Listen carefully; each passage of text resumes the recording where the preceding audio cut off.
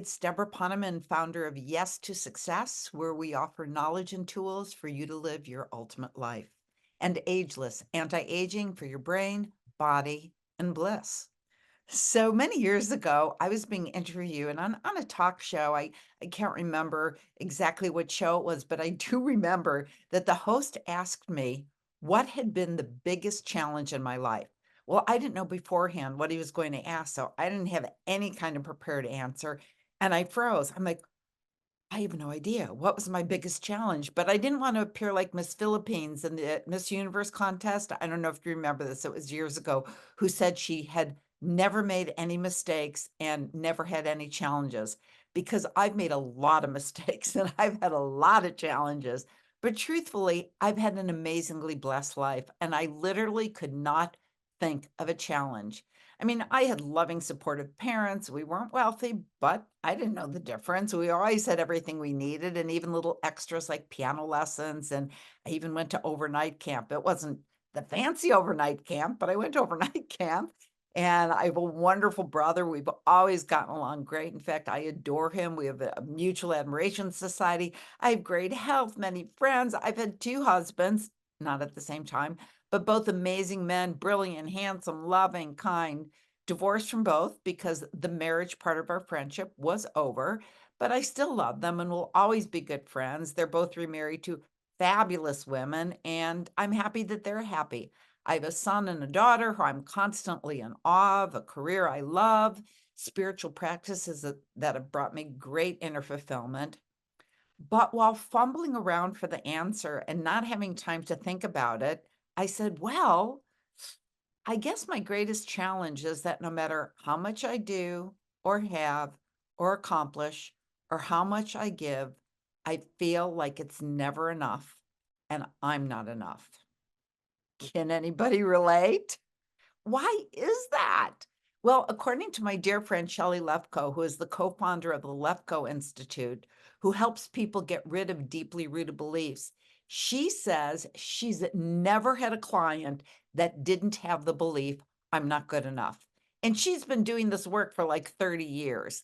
In my case, for example, I never felt like I was a good daughter, although, except for my teenage years, I was incredibly close to my mom and dad, now both deceased. My dad would always say, I told Debbie she should never go to Hollywood because she's so beautiful. Some producer is going to find her and she'll never come home. My dad actually believed that. And my mom would constantly say, I don't know what I did to deserve a daughter like Debbie.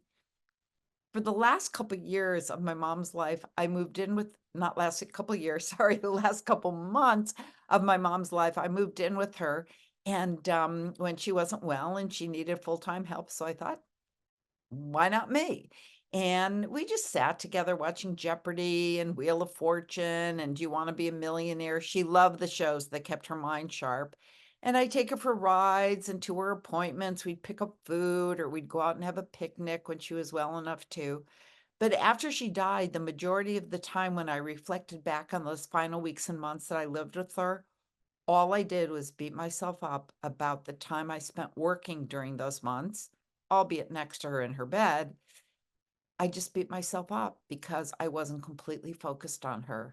In my industry, it's sometimes called the speaker syndrome, which I also have. It's where you get a full minute or more standing ovation at the end of a talk, and then someone comes up to you and says that you attributed a quote to the wrong person. And after that, all you can think about is what an idiot you are and that darn misquote, right?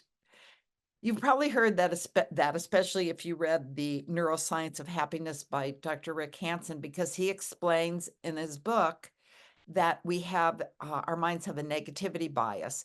He says something like the mind is like Velcro for negative experiences and Teflon for positive ones. One more example.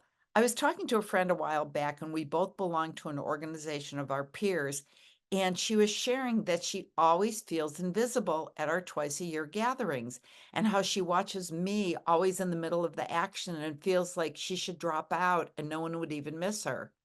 Well, I nearly fell off my chair because I thought that she looked like she was always in the middle of the action, and I should drop out because I'm obviously invisible. So we asked a few other friends, and surprise, surprise, what do you think everyone felt? So, how do you overcome this? Well, I'm going to share a few tools and techniques to get you going, ones that I continue to use myself. So, first, you know that sinking feeling in the pit of your stomach or that tightness in your throat or your heart when something happens that makes you feel like you're stupid or inappropriate or inadequate? So, you probably know what I'm talking about. And you might also know that that feeling is not about what's happening in the moment, but rather how what's happening in the moment is hitting up against some old belief or some old pain or something that happened years ago. And what causes you pain is not about what just happened, but your belief about what just happened based on your beliefs in the past. So, the first thing I recommend for long term inner fullness is that you have a meditation practice, one that has been scientifically proven to release stress and impressions in your mind and body that have been accumulating for weeks and months in years of living, actually your whole life, and at the same time creates growing inner silence and peace. Not a technique that you learn down the street at the YMCA that somebody decided, I'm going to teach people how to be immediately, instantaneously enlightened. Hint, don't count on it.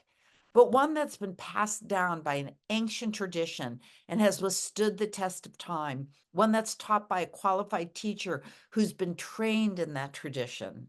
The two best techniques that I found are the TM technique, Transcendental Meditation, and a technique called Sahaj Samadhi Meditation. You don't have to memorize Sahaj Samadhi Meditation, but it means effortlessly reaching that state of samadhi. And that's taught through the Art of Living Foundation. They both have, as far as I can see, the most scientific research to substantiate their claims of creating more inner silence. Because trying to be content on the outside without that deep silence on the inside that meditation creates, it's like trying to build a building without a foundation and wondering why it crumbles. If you look at the ocean and it's full of, tumultuous waves, it's still silent at its depths. You want to practice that anchors you to the silent depths of yourself. But in the moment when you have that contracted feeling, the first thing to do is, I recommend, breathe. Breathe directly into where you feel the contraction. Breathe, send it love and thanks. You can even put your hand on where the pain is emanating from, whether it's your heart, your throat, your gut, and just breathe into it. If you like, you can even ask the pain what it's trying to tell you. Ask what the message is that it's trying to give you. And you know what? Oftentimes it does. And just by breathing and putting your attention on it usually takes the charge, but sometimes the message is very profound. Of course, if you're alone, you can also do something like screaming into a pillow and pounding it until the pain subsides and you get it the heck out of your body, but not when you're in public unless you want to be, what do they call it? Be taken away. And now comes the juicy part. First of all, know that everything is a gift. As the great Byron Katie, author of Loving What Is, says, nothing is done to me. It's all always done for me. Life is a gift once we understand it. So, if something is happening and I'm feeling inadequate or not enough, you know what I do? I say, thank you, thank you, thank you to the God of my understanding for the pain. Because if you curse the pain, it contracts you. But when you give thanks, it expands you, and the gift reveals itself much more quickly. The knowledge that you needed reveals itself much more quickly. And then I take it a step further when I remember to. I practice the ancient Hawaiian practice of reconciliation and forgiveness called the Ho'oponopono. I've talked about this before on Success Saturdays, so I won't go really deeply into it, but it's an ancient Hawaiian kahuna prayer, and all it is repeating four phrases. I'm sorry, please forgive me. Thank you, I love you. I'm sorry, please forgive me. Thank you, I love you. Just repeat those 4 sentences into the pain. And what happens when you use this technique is that a sense of peace comes over you.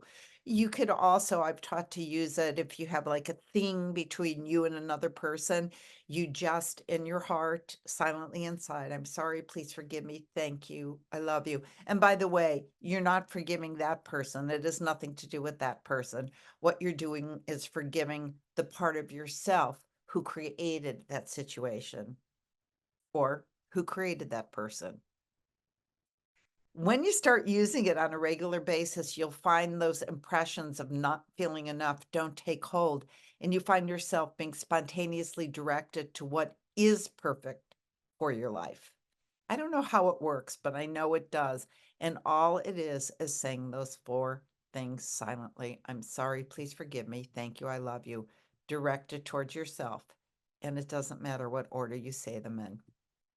And there's always the option again of doing work with someone like Shelley Lefko, who is, as I said, the founder of the Lefko Institute and helps people get rid of limiting beliefs, or do tapping with someone like Margaret Lynch is one of my favorite tappers, or theta healing with Karen Abrams, or ancestral clearing with John Newton.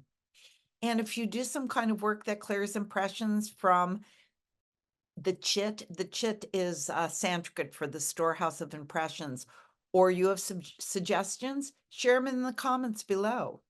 But these tips give you a starting point, and in the coming weeks, maybe I'll share a few more. Oh, and one more. Remember me and my friend and how we thought we were the only ones who felt invisible? We decided that the next time we were at a gathering of our peers, instead of worrying about ourselves and how we felt invisible and definitely not part of the in crowd, we decided that when we had that feeling, we would look around and notice if there were others sitting alone or looking like they probably felt invisible. And we decided that we would extend love to them and reach out and make sure they were included. And it's worked miracles. So that's it for today. And one more thing, if you're not on my mailing list and you'd like to be, and you'd like to receive a copy of my free ebook, 5 Secrets to a Life of True and Lasting Success, just go to yes2success.com, YESTO success.com, and you'll see a place where you can request my free ebook. And you'll love it. It gives you 5 more techniques for a glorious life. And it has lots of fun photos of me and my friends and my son. Next book, I'll be sure to put a photo of my beautiful daughter. And when you request the book, then you'll get on my mailing list and you'll know when I offer my next success programs or my anti-aging program or my effective communications program and lots more good stuff. So that's it. Have a fabulous week. And next week, I'm going to be coming to you live from Vrindavan, India. Stay tuned. See you then.